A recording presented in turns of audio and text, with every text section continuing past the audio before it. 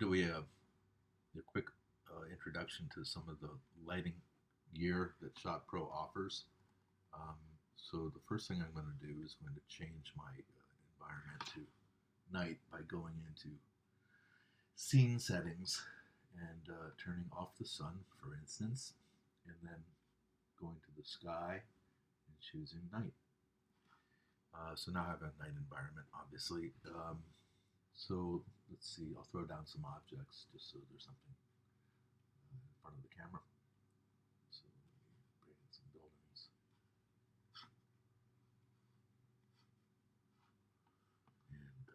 And scale them. And throw in another one. Scale it.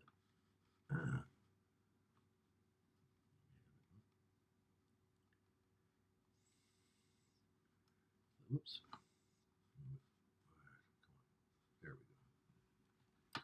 All right, so let me get back to the camera. Crunched. Okay. Pull the camera back. So here's a little environment. Let me just move this building forward a little bit. So we have a little U-shaped area. And I'm going to adjust this guy, making him a little bit larger too. And over here. Okay, so now we have a little U-shaped stage. The lighting gear in ShotPro is limited, but it's pretty effective. So if you go into props, camera, and lights, there's essentially three options. There's a spotlight, which is very helpful. There's the soft light, and then there's this omnidirectional light, like a light bulb. So let's take a look at that first. I'm going to bring it into the corridor here. And you can see when you first place it, it makes this little circle here.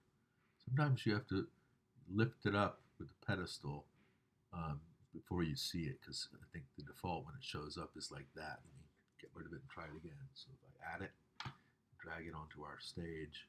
Yeah, so it's very easy sometimes to not be able to find it. So usually I just lift up on the pedestal and it reveals itself. The other thing you could do is to click on the object list, and all of the lights that you're employing will be listed here. You can click on them until you find it. But anyway, so the thing about these omnidirectional lights is they make a different pattern according to how high they are off the ground, like you'd expect if you had a light bulb. So, if you move it down right by the ground, if the light bulb was just 3 inches off the ground, it's going to make a light like that. As you raise it up, it becomes more overall lighting like this. So this is a very handy tool, and we'll just call this the omnidirectional light.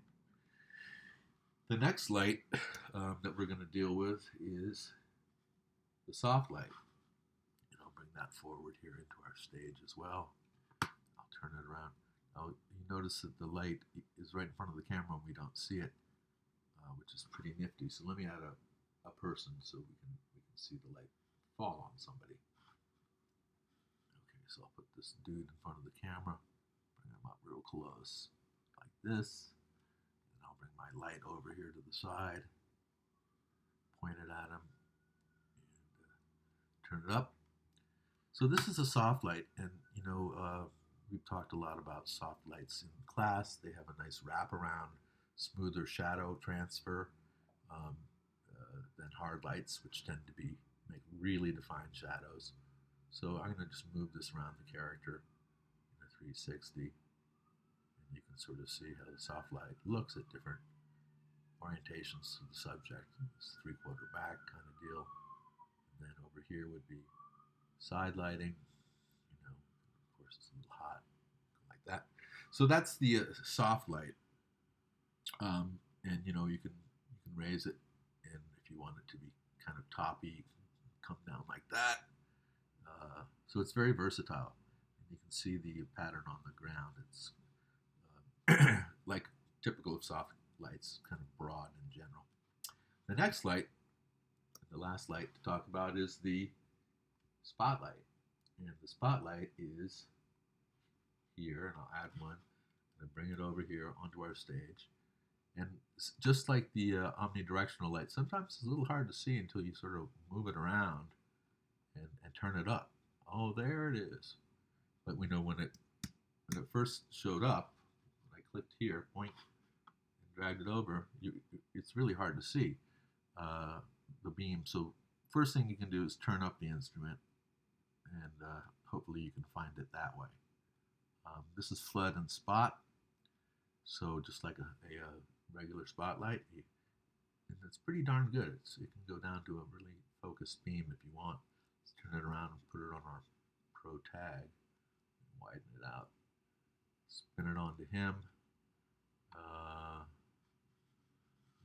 It's not as bright as I wish it could be, but I'm going to move it right up to him.